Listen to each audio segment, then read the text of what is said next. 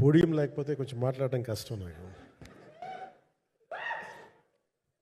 అంటే ఎలా ఉందంటే నగ్నంగా ఉన్నట్టుంది పోడియం లేకపోతే. కొంచెం అందరూ మీరు దయచేసి వస్తే let me have an interaction. అంటే నా జీవితంలో మొట్టమొదటిసారిగా అదే ఎప్పుడు చేశాను ఇంత, నాకు పొలిటికల్ ఇంటరాక్షన్ చేశాను కానీ మీడియా మిత్రులతోటి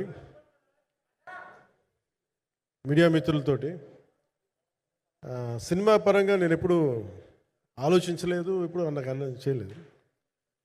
ఫస్ట్ టైం మొదటిసారి నేను ఎప్పుడు కొంచెం మొహాట పడతాను మాట్లాడడానికి సినిమాకి సంబంధించినంత వరకు. ఇక్కడ సినిమాని ఎలా ప్రమోట్ చేసుకోవాలో నాకు తెలియదు.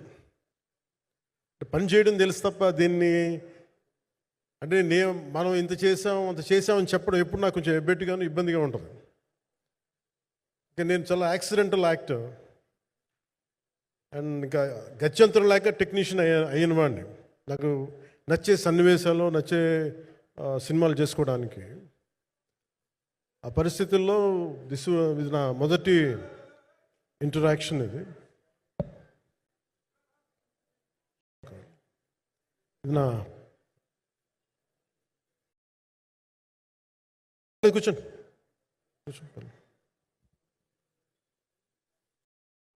రథం గారు వస్తారా? నేను ఇదంతా చేయడానికి మీడియా మాట్లాడడానికి ఇదేదో నాకు పొగరు అహంకారం ఏం కాదు.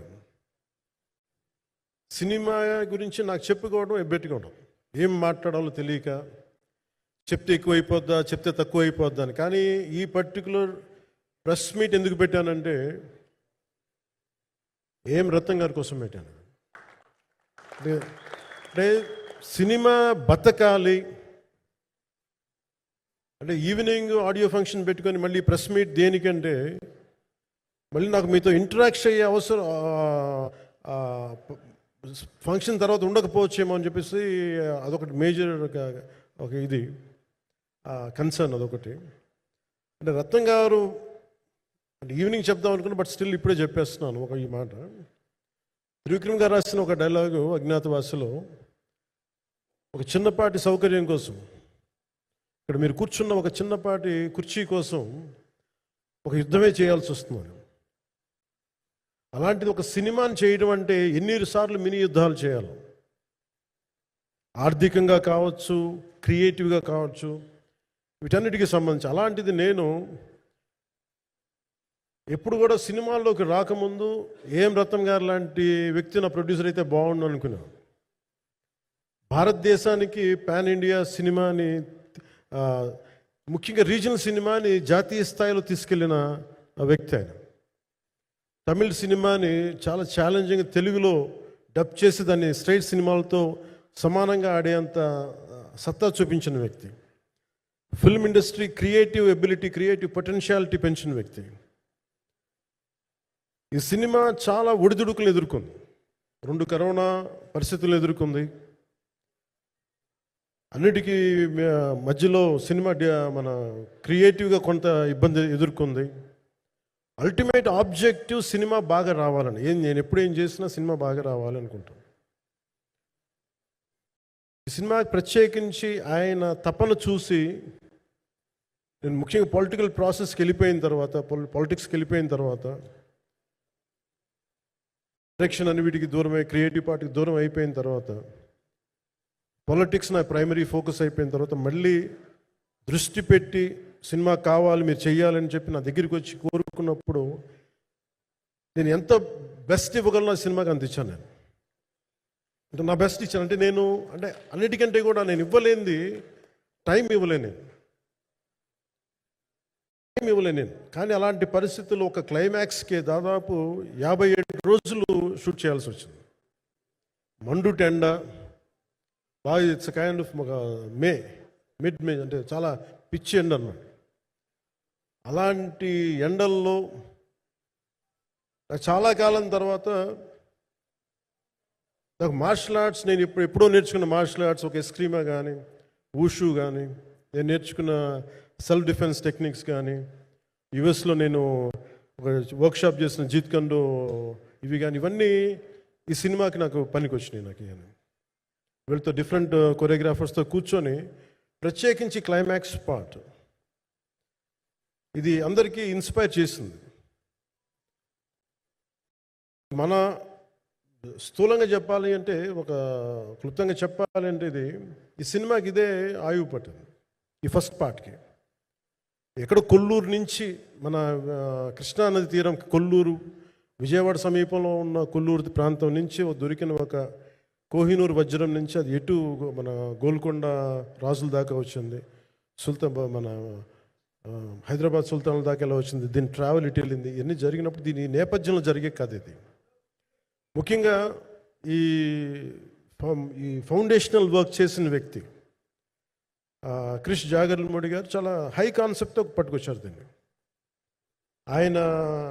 ఆయనను రత్నం గారు నా దగ్గరికి వచ్చినప్పుడు చాలా బాగా నచ్చి వెంటనే చేశాను. చేసిన తర్వాత ఒక్కొక్కటి కరోనా నిజంగా ఇంపాక్ట్ వచ్చింది. అంటే ఎలా ఉండదంటే, ఎంత హార్డ్గా ఉండదంటే ఇండస్ట్రీ, అది ఎవరిని తప్పు పట్టలేము. ఒకప్పుడు ఆయన వెంట చుట్టిన నిర్మాతలు, ఆయన వెంట తిరిగిన డిస్ట్రిబ్యూటర్స్, హీరోస్ అందరికి, అలాంటి వాళ్ళకి ఒక నిర్మాతగా ఆయన తపన పడుతుంటే నాకు అంటే ఆయన కోసం ఖుషి తీస్తున్నప్పుడు కానీ ఆయనతోటి ఎంత సౌకర్యం ఇచ్చారంటే, అసలు మాకు 1 month ముందు ప్రీ ప్రొడక్షన్ అయిపోయి నాకు అంత సౌకర్యాన్ని ఇచ్చారు. నేను కంపోజ్ చేసిన యాక్షన్ సీక్వెన్సెస్ కానీ ఫైట్స్ కానీ ఖుషీకి నాకు ఆల్రెడీ ఒక 1 month 1.5 month థియేటర్ నాకు ఇచ్చేసి, మన సురేష్ ఎఫెక్ట్స్ థియేటర్ మొత్తం ఇచ్చి నాకు అంత లగ్జరీ ఇచ్చిన వ్యక్తి ఆయన నలిగిపోతుంటే నాకు నిజంగా చాలా బాధేస్తుంది. ఒకసారి it is not about money, it's not about success, it's about standing by whom you trust, who stood for the people and who stood for the industry. నాకు ఎందుకు ఇది మీతో పంచుకోవాలనిపించింది. సినిమా ఎంత విజయం ఇది నాకు నిజంగా తెలియదు, ఎందుకంటే నేను ఇట్లా అనుకోవచ్చు ఇంకోలా, కానీ ఒక్కటి మటుకు చాలా సిన్సియర్గా చెప్పగలను. Krish came out with very good concept, చాలా హై కాన్సెప్ట్ పట్టుకొచ్చారు. కొంత వ్యక్తిగత కారణాలు, కొన్ని ప్రొఫెషనల్ కారణాలు ఆయన ప్రాజెక్టుకి బయటికి వెళ్ళినా కానీ దీన్ని ఫౌండేషనల్ వర్క్ చేసిన క్రిష్ గారికి మనస్ఫూర్తిగా నా హృదయపూర్వక ధన్యవాదాలు తెలియజేస్తాను మా అందరి తరఫున.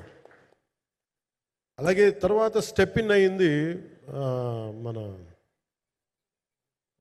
జ్యోతికృష్ణ గారు. ఖుషి సినిమా చేస్తున్నప్పుడు అప్పుడే లండన్ ఈ ఫిల్మ్ మేకింగ్ కోర్స్ చేసి మన డైరెక్షన్లో ఇన్స్టిట్యూట్ అంతేనా డైరెక్షన్ ఫిల్మ్ మేకింగ్ కోర్స్ చేసి అప్పుడు గ్రాడ్యుయేట్ అయ్యి వచ్చి అప్పటి నుంచి ఉన్నప్పుడు బట్ యాక్చువల్ తనతో మాట్లాడుతుంటే మోస్ట్ సెన్సిబుల్ డైరెక్టర్ అనిపించారు. ఈ ఒక టైంలో ఏమనిపించిందంటే, బయట ఉన్న మాటలు కానీ అసలు సినిమా వస్తుందా లేదా బయటికి అని ఉండేది. కానీ మాకు ఎప్పటికప్పుడు నీరసం పడిపోయినప్పుడల్లా నాకు నీరసం వచ్చేసేది. సినిమా అవుద్దా అవ్వదా అనుకున్నప్పుడల్లా దీనికి ప్రాణవాయువునిచ్చిన వ్యక్తి కీరవాణి గారు. ప్రతిసారి వర్క్ చేసి నేను, ఎందుకంటే సినిమా చివరి దాకా నేను నమ్మను ఎప్పుడు. నేను ఒక సినిమాని నేనేం నమ్ముతాను, చిన్నప్పటి నుంచి వెరీ ఫార్మేటివ్ ఇయర్స్లో నుంచి కూడా ఒక మంచి సినిమా గురించి నువ్వు మాట్లాడక్కర్లా, రిలీజ్ అయితే బాగలేకపోతే ఎలాగ మాట్లాడక్కర్లా. అందుకే నేను ఎప్పుడు సినిమా క్వాలిటీ మీద దృష్టి పెడతాను తప్ప ఇంక మిగతా వాటి మీద మాట్లాడను. అందుకే నాకు ఎప్పుడు ఈ మాట్లాడటం అనే దాని మీద ఎప్పుడు దృష్టి పెట్టలేం.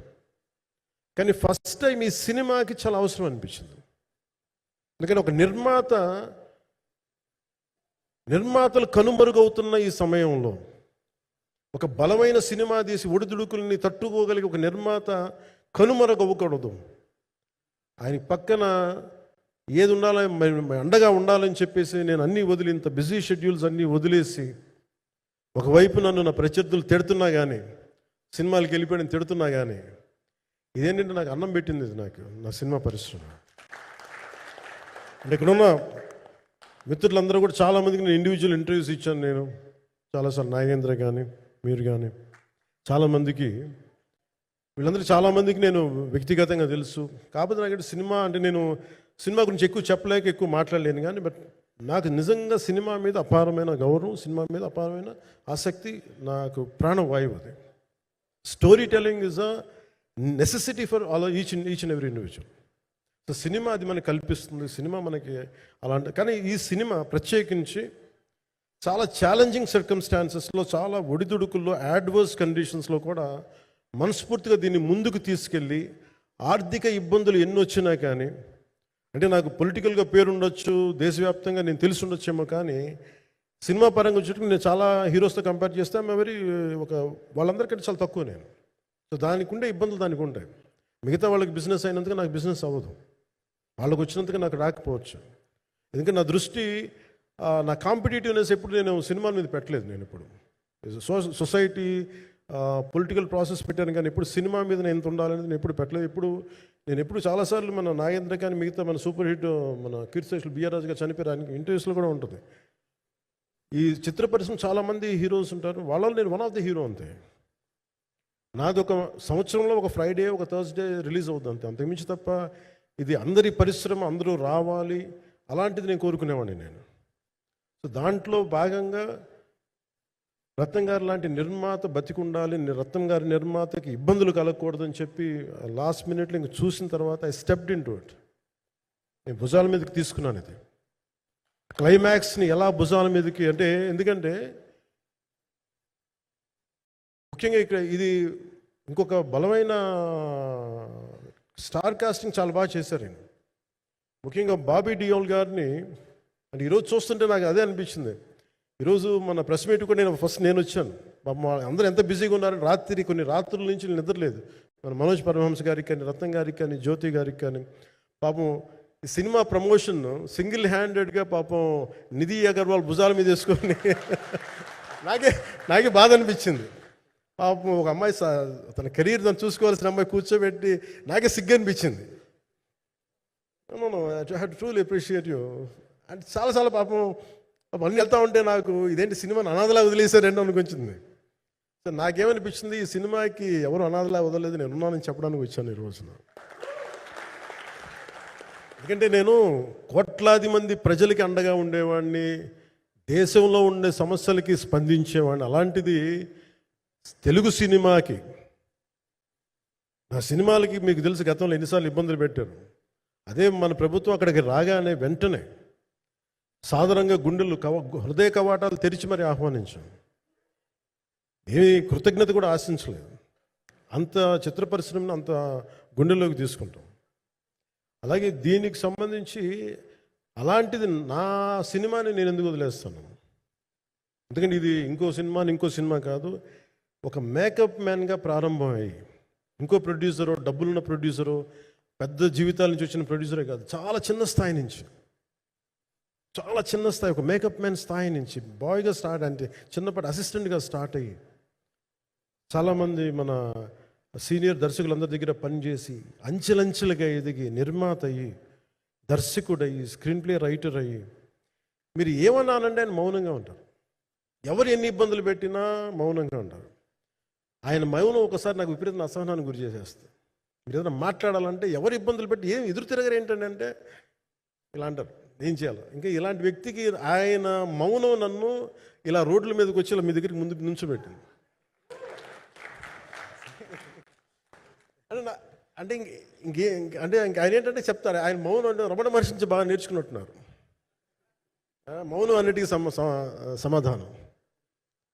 సో నాకు మనస్ఫూర్తిగా ఈ స్టార్ కాస్టింగ్ ఒకటి, అంటే నాకు చిత్ర పరిశ్రమ మీద ఎందుకు ఇంత గౌరవం అంటే, మనం అందరం కులాల మీద, మతాల మీద, ప్రాంతాల మీద, భాషల మీద కొట్టుకుంటూ ఉంటాం. But any film industry take in this world, especially Indian film industry, దీనికి there is no caste discrimination, there is no region discrimination, there is no religion discrimination, nothing. It's purely your creative potentiality, purely your creative ability.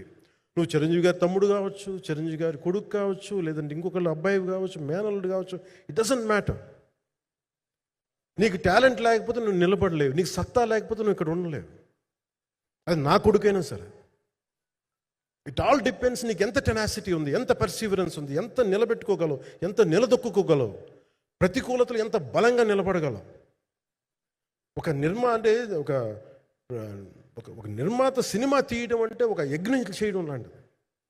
తిట్లు తినాలి, ఇబ్బందులు పడాలి, అన్నీ పడిన తర్వాత final డబ్బులు మిగిలితే కూడా లేదు తెలియదు. ఇలాంటి పరిస్థితుల్లో నాకేమనిపించిందంటే ఈయన పడ్డ కష్టం చెప్పాలనిపించింది ఈ రోజున.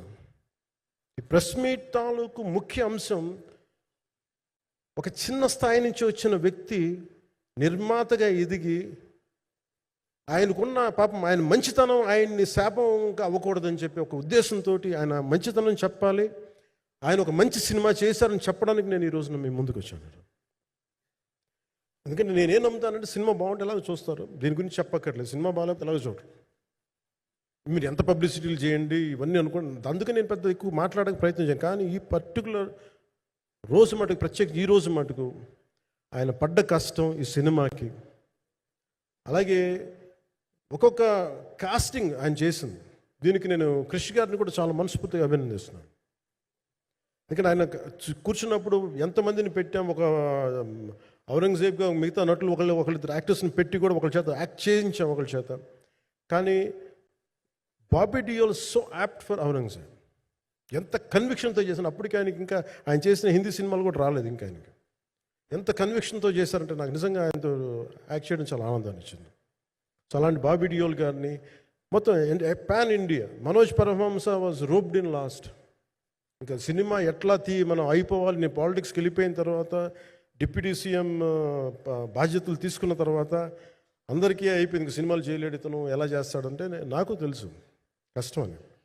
నేను ఎలా చేశాను ఈ సినిమా అంటే, పొద్దున్న 2 గంటలు చేసామండి, బ్రేక్ఫాస్ట్ టైము, లేదంటే నా ఎక్సర్సైజ్ టైంని కొంచెం మిడ్ నైట్గో లేదంటే ఎర్లీ మార్నింగ్ 4 గంటలు పెట్టుకొని, ఆ 2 గంటలు ఏమి దొరుకుద్దో ఆ 2 గంటలు ఇస్తే జ్యోతి, మనోజ్ గారు, మన రత్నం గారు వీళ్ళు కూర్చొని ప్లాన్ చేసి, అది కూడా నా ఆఫీస్కి, నా పార్టీ ఆఫీస్కి కూతవేటు దూరంలో ఉన్న ఒక మా స్నేహితులు ఒక వాళ్ళ గోడౌన్ ఉంటే అక్కడ కూర్చొని షూట్ చేసాం.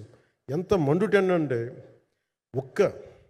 అసలు దాంట్లో కూర్చొని మ్యాట్ వర్క్ చేసి మీరు ఫైనల్ రిజల్ట్స్ చూస్తే ఇది ఇక్కడ చేశారంటే అంత ఆశ్చర్యం అనిపిస్తుంది. Hats off to Manoj Paramahamsa గారు. అండ్ ఈ సీన్స్ అన్నిటికీ ప్రీ విజువలైజేషన్, ప్రతి సీన్ చేయబోయే ముందు అసలు నాకు ఏమనిపించిందంటే, సినిమా చేయగలమా లేదనని పరిస్థితుల్లో జ్యోతికృష్ణ గారు ముందుకు వచ్చి నాతో మాటలు నేను చెప్పలేదని, ఇది ఇలా చేస్తాం అలా చేస్తాం ఏం చెప్పలా, ఏమి చేయబోతున్నాడో ఎవ్రీథింగ్ వాజ్ ప్రీ విజువలైజ్డ్. ఈ సీన్ ఇలా ఉండబోతుంది, ఈ చేయబోయే సీన్ ఇలా ఉన్నది. నాకు దాని మీద ఆత్మవిశ్వాసం కలిగింది. నాకు లేదు, ఒక సత్తా ఉన్న దర్శకుడు, తెలుగు చిత్ర పరిశ్రమకి సైజ్ తీయగలిగేవాడు, మంచి సాలిడ్ ఎడిటింగ్ సెన్స్ ఉన్నవాడు, మ్యూజికల్ సెన్స్ ఉన్నవాడు. అలాంటి వ్యక్తికి మనోజ్ పరమహంస గారు తోడారు. వీళ్ళిద్దరు కాంబినేషన్లో రత్నం గారి అనుభవంతో ఈ రోజున ఒక మంచి ప్రోడక్ట్ అయితే తీసుకొచ్చాం. ఇది ఎలా ఉంటుంది, ఎలా ఉండబోతుంది, ఎంత హిట్ అవుతుంది అనేది ఇది సంపూర్ణంగా ప్రజల చేతిలోనే ఉంటుంది. అది ఏ స్థాయిలో ఇది ఉంటుంది అనేది అది ప్రజలు చెప్పాల్సింది తప్ప ఇది నేను చెప్పుకునేది కాదు.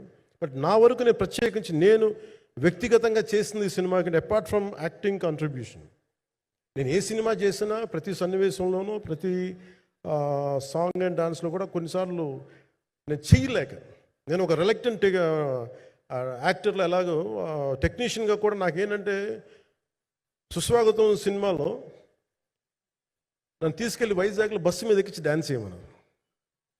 చచ్చిపోయాను డ్యాన్స్ చేయలేక. ఇంకా మిగతా వాళ్ళకి ఎంత తేలికైన డ్యాన్స్ నాకు చేయాలంటే నేను గింజుకుపోయి నేను అనుకున్నాను ఈరోజు ఇంక సినిమాలు మానేస్తాను చెప్పి మా వదినికి ఫోన్ చేసి కూడా చెప్పాను, చాలా పర్యాలు చెప్పాను. అలాంటి అందుకని నాకేంటంటే సాంగ్ అండ్ డ్యాన్స్ కూడా నేను ఎలా చేయగలను దానికి అనుకోగా నేను ఎత్తుక్కుంటాను. అలాగే యాక్షన్ సీక్వెన్స్ కూడా రియల్ లైఫ్లో కొడితే ఎలా ఉంటుంది, మార్షల్ ఆర్ట్స్లో సాధన ఉన్నవాడిని, ఈ లాట్ ఆఫ్ వర్క్షాప్స్, ఈ మార్షల్ ఆర్ట్ వర్క్షాప్స్ చేసిన వాడిని కాబట్టి హౌ రియలిస్టిక్ వీ కెన్, ఎంత సహజంగా మనం వెళ్ళగలం, వీటి మీద ఒక అవగాహన ఉన్నవాడిని కాబట్టి చాలాసార్లు కూర్చుంటాను. కానీ ప్రత్యేకించి ఈ 20 minutes లాస్ట్ సెకండ్స్ ఇది 2 partsగా ఎలా అయింది అంటే, ఒరిజినల్ థాట్ కృషి గారి దగ్గర నుంచి వచ్చినప్పుడు ఇట్ వాస్ క్వైట్ లాంగ్, ఒక నిర్ణయం ఈ సినిమా ఒక పాటలు అవుద్దని అనేవాడు మొదటి నుంచి. బట్ లేటర్ వాళ్ళు డిసైడ్ చేసుకొని ఒక టైంలో ఇది అవ్వదు, we want make it as 2 parts అనుకున్నప్పుడు ఎక్కడికి వచ్చి ఆగిందంటే ఈ ఈ క్లైమాక్స్ దగ్గరికి వచ్చి ఆగింది ఫస్ట్ పార్ట్. సో చెప్తున్నప్పుడు నాకేమనిపించిందంటే how else we can take it, how else we can scale it up. So దానికి నేను కూర్చొని నాకున్న ఈ మార్షల్ ఆర్ట్స్ కానీ బేసిక్ యాక్షన్ కొరియోగ్రఫీ నా ప్యాషన్ కాబట్టి ఈ పర్టికులర్ డ్రామా, ఈ పర్టికులర్ దాంట్లో ఏంటంటే మొఘల్ టైమ్స్లో ప్రతి ఒక సగటు భారతీయుడు అనుభవించిన బాధ అది. ఒక యావరేజ్ సగటు భారతీయుడు మొఘల్ కాలంలో అనుభవించిన ఒక ఒక ఒక సిచ్యువేషన్. ఆ సిచ్యువేషన్ హీరోకి సంబంధం ఉండదు, కానీ how he gets entangled, how he gets involved in it, that is the outcome, that he's been captured. So దీన్ని ఒక 57 days మేము చేయగలిగామంటే, ఆ రోజు నాకు కనుక మన జ్యోతి గారు ఉండుంటే పక్కన, maybe out done it in at least ఒక 50% ఆఫ్ ఇట్. ఎందుకంటే నేను చెప్పింది అలా చేయగలరు ఇవన్నీ కూర్చోబెట్టి వీ డిడ్ అవర్ బెస్ట్. అంటే నేనేమనుకున్నా అంటే క్లైమాక్స్ చేసేటప్పుడు ఇంక నేను తర్వాత సినిమాలు చేస్తానో కూడా లేదో నాకు తెలియదు, కానీ నాకు ఇష్టమైన నిర్మాత, తెలుగు చిత్ర పరిశ్రమకి నిజంగా ఒక అండగా ఉన్న నిర్మాత, I want give my best to him. నేను అందుకని ఆంధ్రప్రదేశ్ ప్రభుత్వానికి కూడా మన ముఖ్యమంత్రి గారికి కూడా తెలియజేశాను, ఈయన్ని ఫిల్మ్ డెవలప్మెంట్ కార్పొరేషన్కి చైర్మన్ నేను ప్రతిపాదించాను. అంటే నాకేంటంటే I don't want it to be a political, ఆయన నా నిర్మాతని కాదు, ఈయన అందరు హీరోలతో తీశారు, ఈయన పాన్ ఇండియాలో ప్రతి ఒక్కరు తెలిసి ఈయనంటే. ఇలాంటి వ్యక్తి ఉంటే మన తెలుగు చిత్ర పరిశ్రమకి బాగుంటుంది. అలాగే ప్రత్యేకించి తెలుగు చిత్ర పరిశ్రమ అనేది నాకు ఈ టాలీవుడ్ అనే పదాలు నాకు వాడటం నాకు ఇష్టం ఉండదు. Bollywood, Tollywood, Kollywood, Mollywood, why should be ape Hollywood? We have a greater story narrative ability మన దగ్గర ఉంది. We have a greater story telling ability. We don't have to ape Hollywood. We take the best practices of Hollywood, but not necessarily the name of Hollywood. వాళ్ళకున్న professionalism మనం నేర్చుకోవాలి, వాళ్ళకున్న commitment నేర్చుకోవాలి, వాళ్ళకున్న production designing ability మనం తీసుకురాగలగాలి. So ఇవన్నీ నేను నా పరిధిలో ఈ రోజున ఆంధ్రప్రదేశ్ ప్రభుత్వం ప్రత్యేకించి ఈ శాఖ నా పరిధిలో ఉంది కాబట్టి దానికి ఆయన పేరు ప్రతిపాదించాను. నా ఉద్దేశం ఏంటంటే తెలుగు చిత్ర పరిశ్రమ తెలంగాణలో ఉన్న, కర్ణాటకలో ఉన్న, చెన్నైలో ఉన్న ఏదైనా సరే తెలుగు చిత్ర పరిశ్రమ, భారతీయ చిత్ర పరిశ్రమకి చాలా మంచి జరగాలి, ఇలాంటి వ్యక్తి ద్వారా ఏదైనా చేద్దాం అనే ఉద్దేశంతో ఆయన పేరు ప్రతిపాదించాను. భవిష్యత్తులో అవుతారని మనస్ఫూర్తిగా నేను ఆశిస్తున్నాను. అందుకని అన్నీ నా చేతిలో ఉండవు కదా, అందుకని చెప్తాను. ఇఫ్ అండ్ బట్ చెప్పాలి కదా. సో ప్రత్యేకించి మీ అందరికీ నా హృదయపూర్వక ధన్యవాదాలు తెలుపుకుంటూ నెక్స్ట్ 2-3 daysలో I'll try to give as many interviews as I can. Nidhi, I'm grateful to you. పాప చాలా తపన పడి ఉంటారు. ఈరోజు ఎలా ఉంది అంటే నాకు ఎలా అనిపించిందని, ఇందాక నేను వస్తున్నప్పుడు ఎవరు లేరు, వీళ్ళు కూడా ఎవరు లేరు. నేను వచ్చి చాలాసేపు కారులో కూర్చున్నాను, ఎందుకంటే మళ్ళీ మీరు తిట్టకూడదు, లేట్ వచ్చాడు, నీకు డిప్యూటీ సీఎం అయితే పొగలు వచ్చేస్తాను మీరు అనుకో అంటారని. నాకు అట్లా అనిపించలేదు. నాకు ఫస్ట్ టైం ఎందుకు మీడియా నాకు ఎందుకు అలవాటు పోయిందంటే, నేను వచ్చిన కొత్తల్లో ఈ జ్యోతి చిత్ర సితారా పేపర్స్ ఉన్నాయి. ఎవరో ఫొటోస్ వేయమంటే దిస్ గా ఈజ్ నాట్ సేలబుల్, ఇంకా అవసరం లేదు అంటే నా ఫోటోలు వేసేవాళ్ళు కాదు. సో నాకేమనిపించింది సార్, ఇంక నేను ఈయన కాడికి నేను ఏమి అంటున్నాను నాకు తెలియదు అని చెప్పేసి మా నిర్మాతలు కూడా ఉండేవాళ్ళు కాదు. సో నాకు పబ్లిసిటీ లేకుండా సినిమాలు రిలీజ్ అవ్వడం అలవాటు అయిపోయింది నాకు. సో అదే ప్రాక్టీస్ అయిపోయింది నాకు, అంతే. మళ్ళీ కూర్చోబెట్టి మీరు ఏం మాట్లాడతారు, మళ్ళీ అది ఇటు తిరిగి వస్తుందని చెప్పేసి మిగతా అంత నాట్ టాకెటివ్. మీరు సినిమా పొలిటికల్ ప్రాసెస్కి వచ్చేటప్పుడు నేను ఏదైనా మాట్లాడగలను, కానీ సినిమా వచ్చేటప్పటికి చాలా చాలా ఒత్తిడి తీసుకోవాల్సి వస్తుంది. అంటే ఎంత కథ చెప్పాలి, ఎంత కథ చెప్పకూడదు, ఈ మాట అద్భుతంగా ఉందంటే ఏం అద్భుతంగా ఉందో మళ్ళీ తిడతారు తర్వాత, 100 ఆలోచనలతోటి స్లో డౌన్ అయిపోతాను.